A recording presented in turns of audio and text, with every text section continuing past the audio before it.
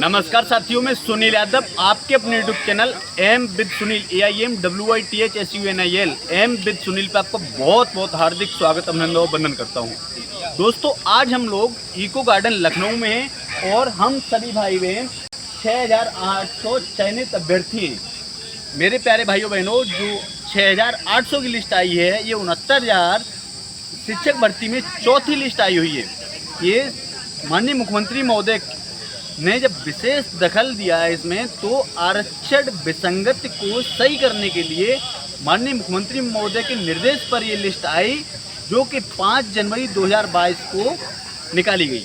हालांकि इस लिस्ट के आने के बाद लगभग 8 तारीख तक सभी अभ्यर्थियों को नियुक्ति पत्र वितरित कर दिए जाने थे, लेकिन चुनाव आचार संहिता के कारण ये मैटर पेंडिंग में चला गया और अभी तक अभ्यर्थी दर दर की ठोकर खा रहे हैं और किसी को भी नियुक्ति नहीं मिली है। तो आज लगभग 5 महीने से ज़्यादा का समय बीत चुका है और यहाँ पे धरना देते हुए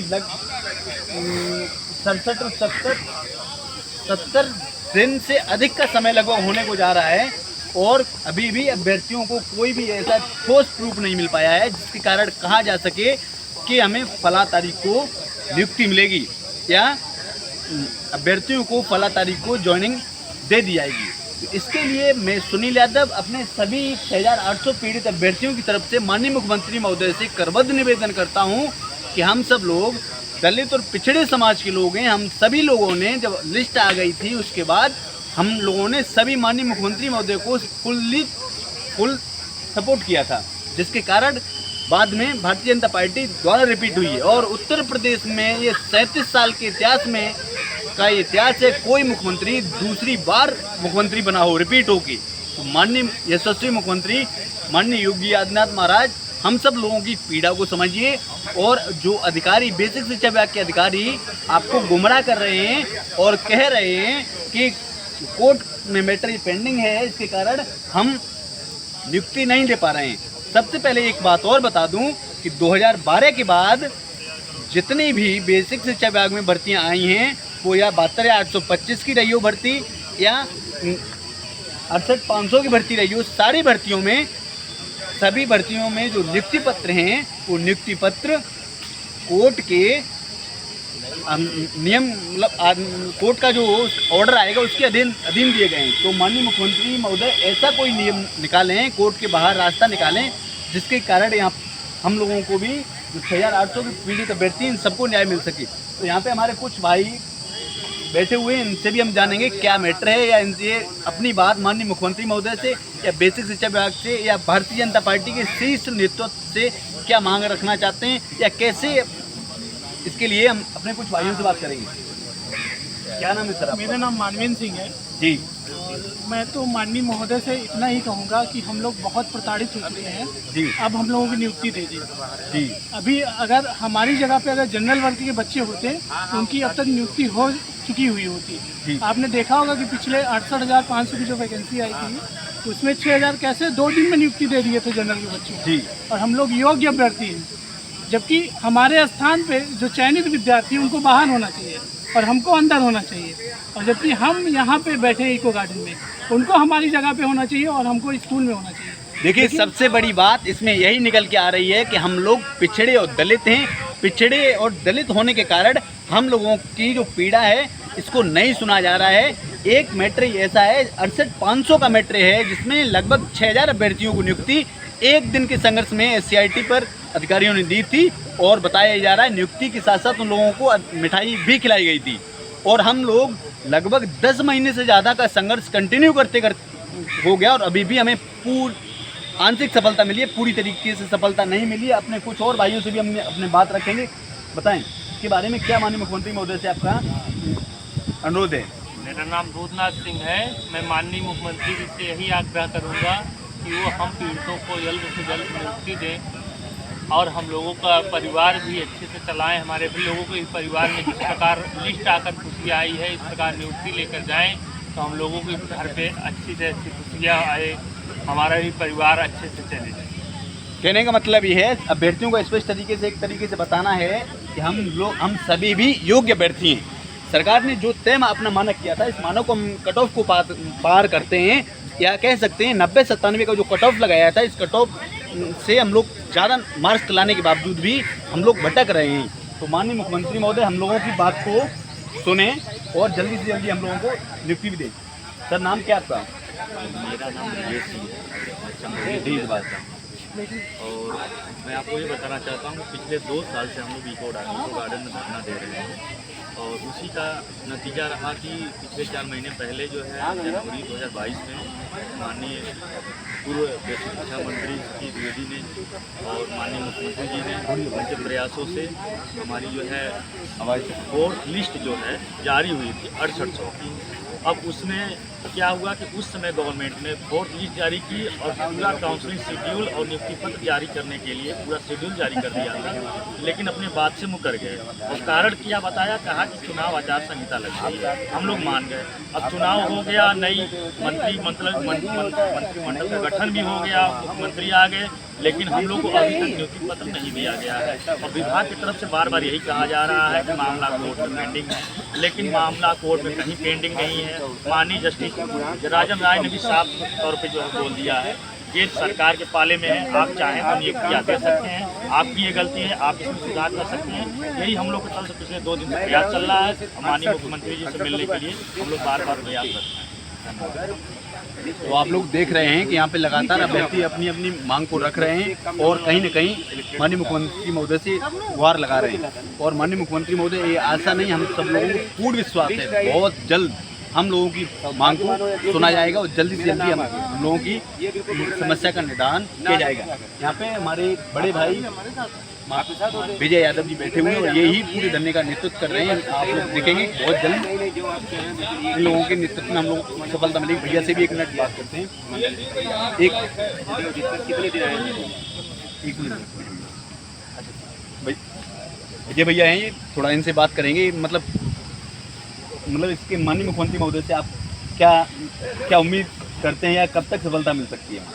देखिए, ये लिस्ट जो आई है माननीय मुख्यमंत्री जी से मिलने के बाद ही है और इसमें तमाम तरह की अफवाहें फैलाई गई, जैसे अपनी बीच की साथी को जैसे कहते हैं कि लोगों ने मुख्यमंत्री से समझौता कर लिया। जी, आपका चैनल मैंने देखा है, कई बार मैं देखता रहता हूँ, आप सामने मैंने देखा है चैनल से, आप हमेशा बात करते हैं बेरोजगारों की और अपने देश की बात करते हैं।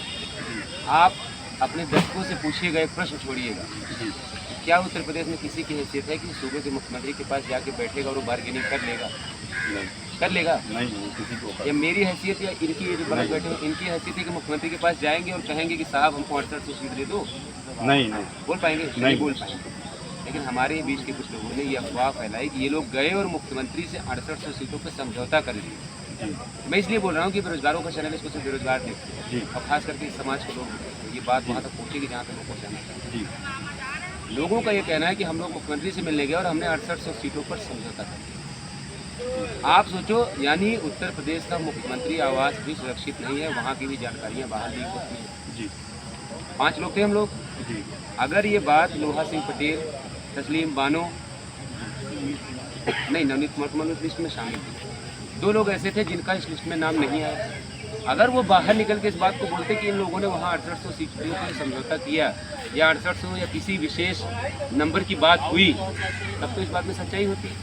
अगर 6वां आदमी कह रहा है, या तो मुख्यमंत्री के आवास में छुपा हुआ था अंदर कहीं टेबल के नीचे मुख्यमंत्री के, या तो उसने कोई खुफिया कैमरा लगा रखा है जिसकी सारी जानकारी निकल के बाहर आ रही है। इस समाज में लोगों ने अपना दिमाग गिरवी रखा है। उन्हें सिर्फ वो दिखता है जो व्हाट्सएप यूनिवर्सिटी और फेसबुक यूनिवर्सिटी विश्वविद्यालय में चल रहा है। कोई भी एक जागरूक समझदार आदमी, पढ़ा लिखा आदमी इस बात को बहुत आसानी से समझ लेगा कि जो बातें 6वां आदमी बोल रहा है, अगर 5 में शामिल एक व्यक्ति बोलता, मैं आज भी कह रहा हूँ लोहा सिंह पटेल और तस्लीम बानो अगर एक बार बोल दें इस बात को कि हम लोगों ने मुख्यमंत्री के यहाँ किसी नंबर की बात,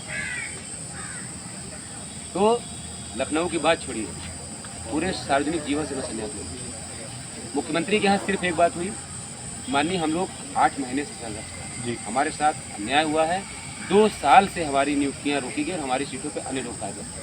मुख्यमंत्री जी ने सारे अधिकारियों को यही कहा कि इनकी पूरी लिस्ट की जांच पड़ताल करिए और मुख्यमंत्री के शब्दों में उन्होंने कहा कि ये जो आंदोलन करने वाले लोग हैं, कुछ ऐसी व्यवस्था कीजिए कि सबका इनका हो जाए, फिर दोबारा लोग आंदोलन करने ना। हम लोग मुख्यमंत्री आवास से निकल के उनका धन्यवाद दिया, खुश थे, बहुत खुश थे। उसके बाद हम लोग अधिकारियों के पास गए, माननीय जो प्रपोजल माननीय मुख्यमंत्री जी ने रखा है उसी के अनुसार आप कार्य कर दीजिए तो हमारे सब लोगों को। मुख्यमंत्री से मिलने के बाद मैं करीब 10 दिन ऐसा हुआ कि मैं धरने में 1 मिनट समय नहीं दे पाया। इसलिए नहीं दे पाया कि हमारे अपने लोगों का अहित ना हो जाए और कहीं और कोई रास्ता नहीं निकल आए। वही रास्ता निकले जो माननीय मुख्यमंत्री जी ने सुझाया, जिस रास्ते पे हमारे सब लोगों का भला है। संतोष यादव का भला था, लोहा सिंह पटेल का भला था। हम लोग उस रास्ते पे अधिकारियों से मिलने का प्रयास करते रहे, उनसे मिलते रहे, उनसे बात करते रहे। कभी ये नहीं सोचा कि हमारा कितना पैसा खर्च हो रहा है, कहाँ क्या होता। उस रास्ते पे हम सफल भी हो रहे थे, पूरी तैयारी थी।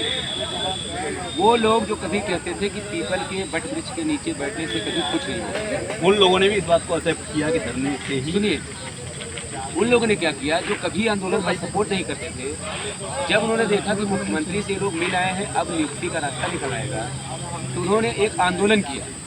और उस आंदोलन में हमारे बहुत सारे ऐसे भाई बहन थे जिनको डर था कि सीटें कम आएंगी तो हमारा नहीं होगा। जबकि एक्चुअल बात ये थी, जो भी सीटें निकल के आती हम लोग उसी फार्मूले पर अधिकारियों से बात कर रहे थे जिस फार्मूले से हम सब। लेकिन हुआ क्या, मैं आपको बताऊँ, जैसे ही 6,000 साढ़े 6,000 की बात मंत्री जी ने बोली, कुछ ऐसे लोग जो हमेशा आंदोलन का विरोध करते थे, एक विशेष लाभ का लालच देते थे लोगों को और याचिका डाल डाल के उसकी संख्या इतनी पहुंचा दी कि सरकार अगर आज चाहे भी ना, सरकार की बात छोड़िए, सुप्रीम कोर्ट की हैसियत नहीं है कि उसको नियुक्ति दिलाए। वो याचिका बढ़ाते रहे, लेकिन तब भी हम लोग गुपचुप तरीके से इन जैसे लोगों से यही कहा कि भाई याची जितने कम रहेंगे उतनी ज़्यादा संभावना रहेगी इस रास्ते पे सरकार के बढ़ने। तब भी हम लोग ये प्रयास करते रहे कि चलो जो भी संख्या होगी उसी की हम मानेंगे। अगर याचियों की संख्या 3,000 भी होगी तो हम 3,000 पे समझौता कर लेंगे। पूरा फार्मूला तय था, सब कुछ बातचीत हो रही थी। जब मंत्री जी का स्टेटमेंट आया कि 6,000 से लगभग 6,000 पदों पे हम काउंसलिंग करवाएंगे, तो कुछ विशेष लोग जो हमेशा धरने का विरोध करते थे वो जाग गए, आए, वो आंदोलन किया। जो बातें आपसे कह रहा हूँ इसके मेरे पास सब साक्ष्य हैं। हम थे उस आंदोलन में। मैं अपना स्तर थोड़ा सा गिराना नहीं चाहता। मैंने 2 साल 3 साल की मेहनत में सिर्फ ये कोशिश की है कि मेरा भला हो ना हो, लेकिन जो मेरे साथ के लोग हैं उनका अहित ना हो। हमेशा आपका यही रहा है, मतलब मैंने कोशिश किया, मैं कभी सेल्फिश नहीं रहा। वो लोग आए, आंदोलन करना शुरू किया, पुलिस ने उनको उठाया, इको गार्डन ला के बंद। मैं वो शख्स था, मैंने खुद फ़ोन किया कि आप आंदोलन कर रहे हो, सिर्फ आंदोलन मत करो, जाओ अपनी बात रखो। मैंने अधिकारियों के यहाँ से बात की, आज भी मेरे फ़ोन में रिकॉर्ड पड़े हुए हैं। मैंने अधिकारियों से बात की और जिस शख्स को यहाँ पे सुशील कश्यप, नाम लेके बोल रहा हूँ, सुशील कश्यप को मैंने फ़ोन किया है, सुशील भाई 5 लोगों का डेलीगेशन बना लीजिए, चले जाइए आप सचिव बेसिक शिक्षा परिषद के, वहाँ से आप चले जाइएगा मुख्य सचिव साहब के यहाँ, वहाँ आपकी मीटिंग हो जाए, जाइए आप अपनी बात रखिए। मैं ये मीटिंग क्यों करवाता अगर मेरी नीयत में खोट होता तो? मैं क्यों इनको फ़ोन करके बोल दी? इन्होंने फ़ोन नहीं किया था मुझे, मैंने फ़ोन किया था आप जाओ और अधिकारियों से मिलिए, क्योंकि मुझे ये पता था कि जिस फार्मूले पे हम लोग बात कर रहे हैं उसी फार्मूले पे लोग बात करेंगे। लेकिन इन लोगों ने क्या किया, अपने बीच में एक ऐसे शख्स को ले गए जिसने जाके प्रमुख सचिव साहब के पास, ये सब बातें मैं अभी आज तक किसी चैनल पर बोला नहीं है जी, इसलिए बोल रहा हूँ। मैंने कहा कि ये सिर्फ बेरोजगार लोग दिखते हैं, आपके साथ जुड़े हुए लोग दिखते हैं, इस समाज के लोग। हुआ क्या, एक ऐसे व्यक्ति को ले गए उन्होंने, और मुझे डर भी नहीं है, ले जाकर पहुंचा दे, प्रमुख सचिव साहब के पास पहुंचा दे, जिसके पास पहुंचा जो सच है वो सच में क्या है। एक ऐसे शख्स को ले गए जिसने जाके प्रमुख सचिव साहब के सामने रोते हुए इस बात को कहा कि साहब ये लोग कम गुणांक वालों को करवा दे रहे हैं, हम लोग ज़्यादा गुणांक लेके रह जाएंगे। और तो और एक अधिकारी का नाम लेकर कहा कि साहब इनकी और विजय यादव की सेटिंग हो गई है, पैसा पहुँच गया है, कम गुणांक वालों का हो जाएगा, ज़्यादा गुणांक वाले रह जाएंगे। आप सोचो, उसी समय उन अधिकारी ने, साहब ने कहा कि कैसी बात कर रहे हो आप, क्या ऐसा हो सकता है? आप बिल्कुल निश्चिंत रहिए, जो भी लिस्ट आएगी इतनी पारदर्शी तरीके से लिस्ट आएगी, आपको कहीं भी गुंजाइश नहीं है। आप सोचो जी, अगर आप इनके हित का डेलीगेशन लेके जा रहे हो, हम लोग मुख्यमंत्री से मिलने गए थे, 65.9382 मेरा गुणांक था, 62 कुछ लोहा का गुणांक था।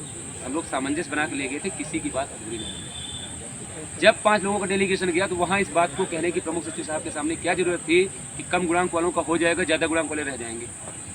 भाई ठेका तो तुम लेते होगे, हम सबका सिलेक्शन करवाएंगे, लाभ दिलवाएंगे, वो लाभ कैसे मिलता? याची लाभ मिलेगा तो किसी का गुणांक बढ़ जाता, नहीं बढ़ता ना। लेकिन वहाँ पे ये बात कहेगी, तब प्रमुख सचिव साहब ने ये आदेश दिया कि लिस्ट ऐसी बनाइए, सर पे चुनाव हो, कोई बवाल नहीं होना चाहिए। ऐसी लिस्ट बनाइए कि सारी चीज़ें पारदर्शी हों। कौन दोषी है इस बात को? जो मतलब हमारे कुछ कौन, साथी आप बताओ, आप मुझे बताओ कौन दोषी है इस बात का कि अगर पारदर्शी तरीके से लिस्ट आई, कैटेगरी वाइज, गुणांक वाइज, सिलेक्टेड अप्लाइड कैटेगरी और सिलेक्टेड कैटेगरी, उसमें कोई एक शख्स आप मुझे बता दो जिसका गुणांक मुझसे ज़्यादा हो और चयन से वंचित हो। इस लिस्ट में ऐसा कोई भी कैंडिडेट नहीं है कोई मतलब जिसका मतलब कम गुणांक हो और उसका हो गया हो और ज़्यादा गुणांक वाला रह गया हो, क्योंकि इतनी ट्रांसपेरेंसी के साथ ये लिस्ट बनी हुई है। तो ये थे हमारे बड़े भाई विजय यादव। अब मुझे ऐसा पूर्ण विश्वास है, ऐसा भगवान से भी मैं प्रार्थना करता हूँ, मैं अपने बड़े भाई विजय यादव के नेतृत्व में जल्दी से जल्दी हम लोगों को सफलता मिलेगी, ऐसा मुझे पूर्ण विश्वास है। Thank you for watching this video.